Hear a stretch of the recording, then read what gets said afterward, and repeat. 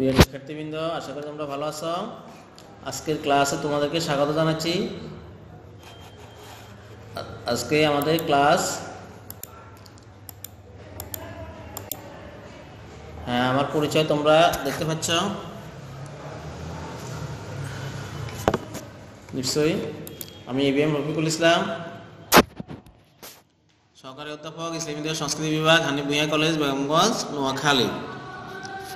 এরপরে আসি আমরা ইসলামী সংস্কৃতির আজকে দ্বাদশ শ্রেণীর তৃতীয় অধ্যায়ের ভারতীয় উপমহাদেশে মুঘল শাসন, স্থাপত্য ও চিত্রশিল্পের বিকাশে সম্রাট শাহজাহানের অবদান আলোচনা করব।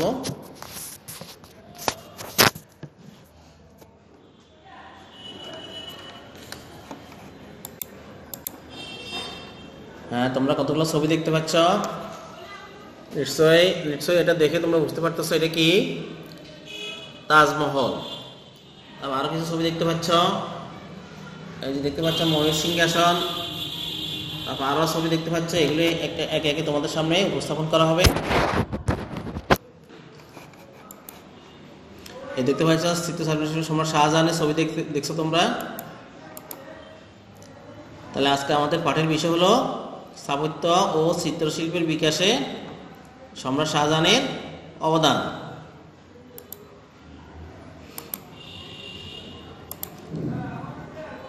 এই পাঠশেষের শিক্ষার্থীরা তোমরা সম্রাট শাহজাহানের স্থাপত্য চিত্রশিল্পের পরিচয় বলতে পারবে, স্থাপত্য ও চিত্রশিল্পের বিকাশে উদ্দেশ্যগুলি ব্যাখ্যা করতে পারবে। স্থাপত্য শিল্পগুলি এখন দেখো তোমরা দেখতে পাচ্ছ তাজমহলের যে ভিতরের চিত্র। সম্রাট শাহজাহানকে কি বলা হয়? সৌন্দর্য বিবর্ষণ সম্রাট শাহজাহানের ছিল শিল্পী মনের মানুষ ছিলেন, তাকে প্রিন্সেস অফ বিল্ডার নামে গণ্য করা হয়। অর্থাৎ তিনি প্রিন্সেস অফ বিল্ডার অর্থাৎ স্থাপত্যের জনক হিসেবে তাকে মূল্যায়ন করা হয়।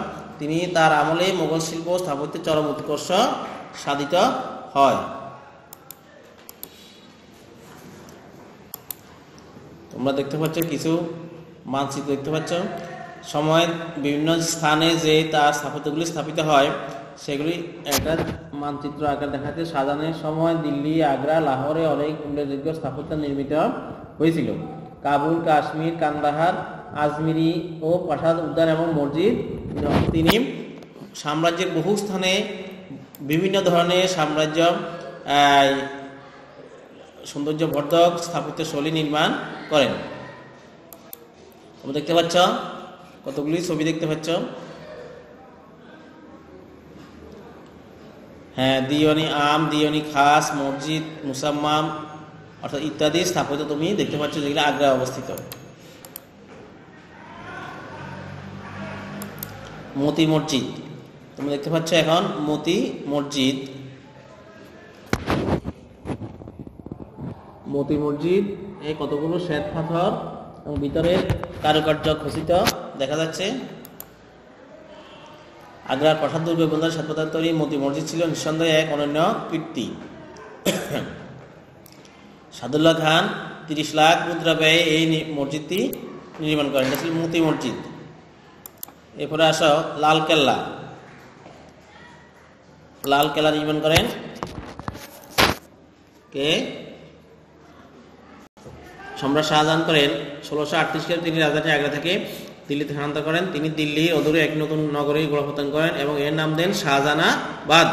এখানে তিনি লালকেল্লা নামক একটি দুর্গ নির্মাণ করেন।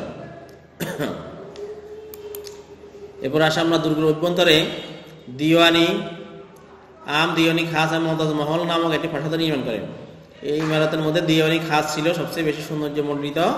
বহু মূল্যবান পাথর খচিত মার্বেল দ্বারা এই ইমারত নির্মাণ করা হয়। লক্ষ্য করো তোমরা, আগর বর রুয়ে জমিন পেট দোষ আস্ত হামিন আস্ত হামিন আস্ত হামিন আস্ত। এই বাংলাটা হলো, এটা পার্সি ভাষা লেখা। স্বর্গ যদি ধরার মাঝে থাকে কোনোখানে, এখানে তা এখানে তা এখানে তা, এটার বাংলা অর্থ হলো এটা। অর্থাৎ তাজমহল সম্পর্কে বলা হয়েছে কথাটি। সম্রাট শাহজাহান রাজত্বের ঐশ্বর্য খ্যাতির মূর্ত প্রতীক হিসেবে গণ্য করা হয়। সম্রাট একে বসুরকা মনে করতেন। প্রাসাদ পটলে লিখিত একটি শ্লোকের প্রমাণ। তাজমহলের সামনেই ছিল এ ধরনের একটি কবিতার লাইন। দিল্লির জামে মসজিদ আসো, এই দিল্লি জামে মসজিদ তোমরা দেখতে পাচ্ছ শাহজাহানের আমলে নির্মিত হয়, বহু মূল্যবান পাথর দ্বারা এই মসজিদটি নির্মাণ করা হয়। এরপর আসো তোমরা ময়ূর সিংহাসন, অত্যন্ত ইম্পর্টেন্ট তোমাদের জন্য পরীক্ষা আসে। ময়ূর সিংহাসন বলতে কি বুঝো?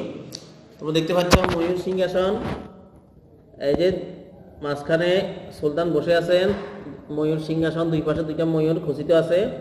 তারপর আরেকটা ছবি দেখো ময়ূর সিংহাসনের, এই যে ময়ূরের দ্বারা সুলতান এবং রানী বসে আছেন ময়ূর সিংহাসনের। এই ময়ূর সিংহাসনটি নির্মাণ করেন সুলতান সম্রাট শাহজাহান নির্মাণ করে, এক বিখ্যাত ময়ূর সিংহাসন পরিচিত। এটি নির্মাণ করতে কি কি লাগে, কত বছর লাগে? এখন দেখো পৃথিবীর বিখ্যাত ময়ূর সিংহাসন সম্রাট শাহজাহানের নির্মিত অনুপম শিল্পকীর্তির একটি অন্যতম নিদর্শন। শিল্পী বেবাদল খানের তত্ত্বাবধানে প্রায় 8 কোটি টাকা ব্যয়ে 7 বছরে অর্থাৎ 1628 খ্রিস্টাব্দে এর নির্মাণ কাজ শুরু হয় এবং শেষ হয় 1635 খ্রিস্টাব্দে। সিংহাসনে স্বর্ণ নির্মিত 4টি স্তম্ভের উপর একটি কারুকার্য মণ্ডিত চন্দ্রতাপ ছিল, অর্থাৎ দুই পাশে ময়ূর ছিল এবং এটা অনেকটাই স্বর্ণ দ্বারা কারুকার্যময় ছিল। এরপরে আসি আমরা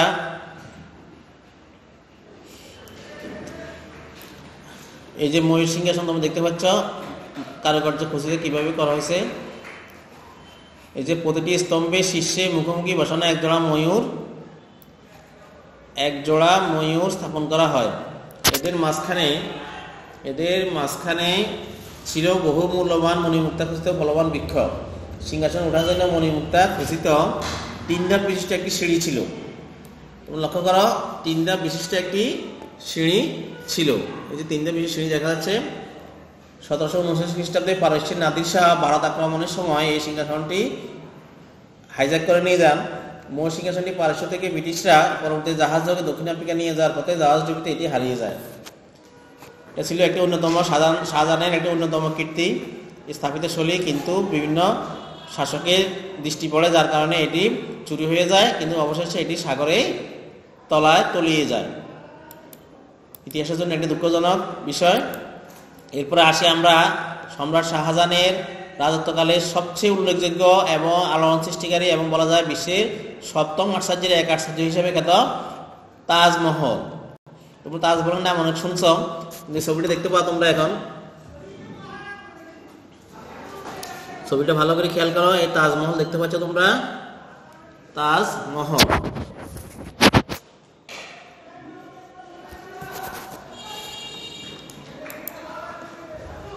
হ্যাঁ, তোমরা খেয়াল করো শাহজাহানের স্থাপিত শিল্পের সর্বশ্রেষ্ঠ কীর্তি হলো প্রিয়তমা শিল্পী পত্নী মমতাজ মহলের সমাধির উপর নির্মিত তাজমহল। 1632 খ্রিস্টাব্দে এর নির্মাণ কাজ শুরু হয় এবং শেষ হয় 1653 খ্রিস্টাব্দে, অর্থাৎ প্রায় 22 বছর ধরে 20,000 শ্রমিক এই তাজমহলটি নির্মাণ করেন। এর নির্মাতা ছিলেন মূলত ইরানের স্থপতি ওস্তাদ ঈশা।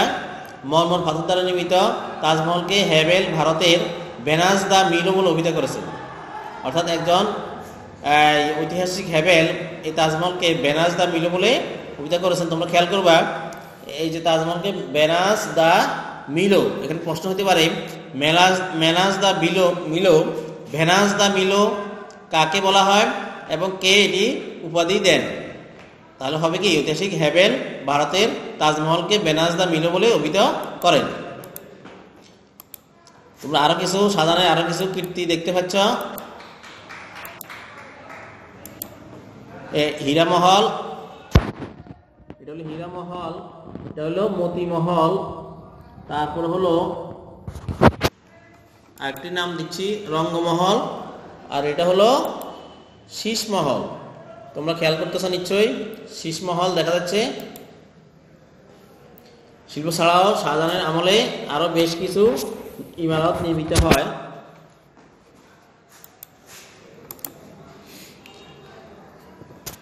এই যে তোমরা দেখতে পাচ্ছ আরেকটা ইমারত, চিত্রকলা দেখতে পাচ্ছ। শুধু তিনি ইমারত নির্মাণ করেননি, স্থাপত্য পাশাপাশি তিনি চিত্রকলাও নির্মাণ করেন। এটার প্রতি তার বিশেষ একটা পৃষ্ঠপোষকতা ছিল। অর্থাৎ তিনি স্থাপত্য শিল্প দুর্বলতা থাকলেও শাহজাহানের পৃষ্ঠপোষকতা মুঘল চিত্রশিল্পের যথেষ্ট সাধিত হয়। চিত্র এবং বিভিন্ন রকমের তৈলচিত্র, দেয়াল চিত্র তিনি অঙ্কন যথেষ্ট পৃষ্ঠপোষকতা করেন এবং শিল্পীদেরকে তিনি যথেষ্ট সম্মান এবং পৃষ্ঠপোষকতা প্রদান করেন।